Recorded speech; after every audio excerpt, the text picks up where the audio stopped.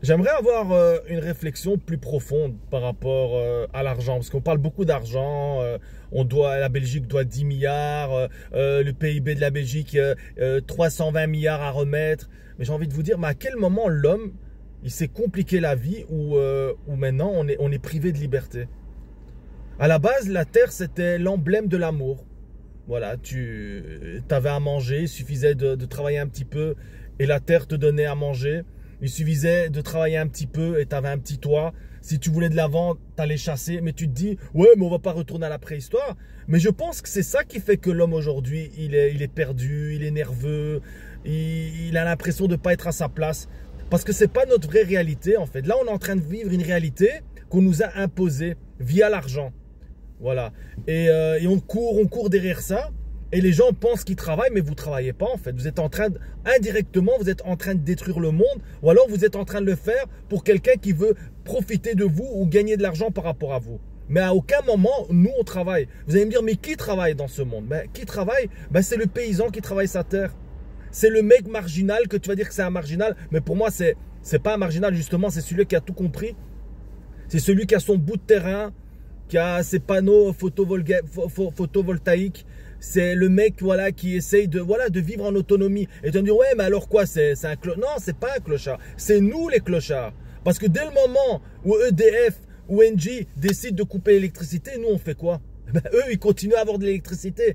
Si maintenant, tous les supermarchés décident de fermer, toi, tu manges comment? Tu ne sais pas manger. Le mec qui a un terrain, il a ses propres légumes, ses propres fruits et sa propre production. Le type, il va continuer à manger. Il faut réfléchir un peu à tout ça. Et c'est là que quand tu vas dans une réflexion profonde, tu te dis, mais elle est où notre liberté, en fait? On est dépendant du système, en fait. Dès le moment où on ne continue pas à travailler, dès le moment où on n'est pas dans ce truc, on n'existe plus.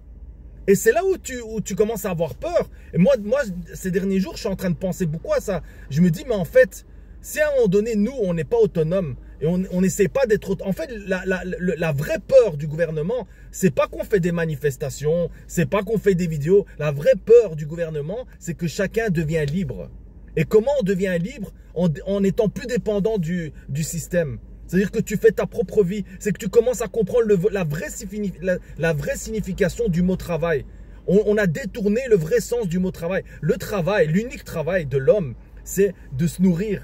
Et de créer sa petite maison et d'avoir un petit feu et d'être au chaud et de se nourrir. De me dire, ouais, mais alors on va retourner à la préhistoire. Mais peut-être que ça ferait du bien à l'être humain, d'être un petit peu en contact avec la nature, de se rendre compte de tout ce que Dieu nous donne. Peut-être que les gens, ils auraient peut-être plus tendance à croire en Dieu, de se dire, putain, c'est magnifique. On met une graine, ça pousse, on peut faire d'autres légumes, on peut nourrir soi-même et sa famille. Les gens commenceront à comprendre qu'on est dans un monde, mais plein d'amour en fait, et plein de miracles.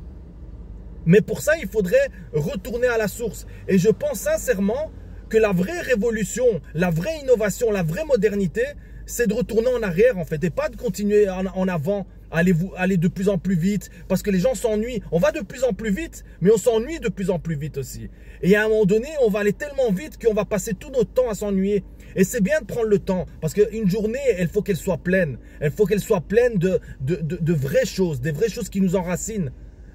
Pas sur des choses vides. Et sur ça que des fois je vous dis arrêtez d'aller voir les live matchs. Mais pas parce que je suis jaloux, mais parce que ça sert à rien en fait. Regardez des vidéos sur l'autonomie, comment je sais pas, comment planter des légumes, comment planter des fruits, je sais pas moi, mettre des panneaux photovoltaïques. Voilà, apprenez des choses que vous allez vous dire, putain, c'est un jour, je suis vraiment dans la merde, ou un jour, je suis vraiment seul au monde, entre guillemets. Je sais me débrouiller. C'est ça que je veux dire. Alors, j'ai envie de vous dire, les gens ne se rendent pas compte, on court tous derrière l'argent, mais je pense que l'argent, au jour d'aujourd'hui, c'est l'invention la plus terrible. La plus terrible. Je pense que ça doit être le diable qui a inventé l'argent, c'est pas possible. L'argent, ça détruit les familles, ça détruit les relations, ça détruit tout. Et la preuve, quand à un moment donné, on faisait les classements sur TikTok, il y a plein de gens qui sont plus devenus amis, qui ont perdu des proches. Parce que à un moment donné, pour certains, l'argent, ça passe au-dessus de tout. Et il faut se remettre en question. Alors moi, je dis pas que je suis un saint, moi aussi, je cours derrière l'argent. Mais des fois, je me calme, je me pose comme maintenant ici, et je réfléchis. Et je pense sincèrement que Il y a un moment donné, tous ces milliards, tous ces trucs que les gens nous parlent d'économie, bordel. Mais revenons à l'essentiel, purée. Revenons à l'essentiel. Parce que les gens qui disent je bosse, mais tu bosses pas, mec. Les gens, ils savent même pas, ça veut dire quoi le mot travailler. Tu bosses pas. Tu vas juste là parce qu'il y a de l'argent à prendre et c'est tout. Mais à aucun moment tu es utile pour on est tous inutiles, on est tous là. Des fois je le dis à ma femme, hein, je lui dis en fait on est là sur cette terre et on sert à rien. En fait on fait notre vie. Il y a Noël, il y a Nouvel An, il y a Saint-Valentin, il y a le Black Friday. Et puis en fait c'est une roue et puis tu crèves. À aucun moment tu réfléchis, tu te dis mais c'est ça la vie que j'avais vraiment envie de vivre.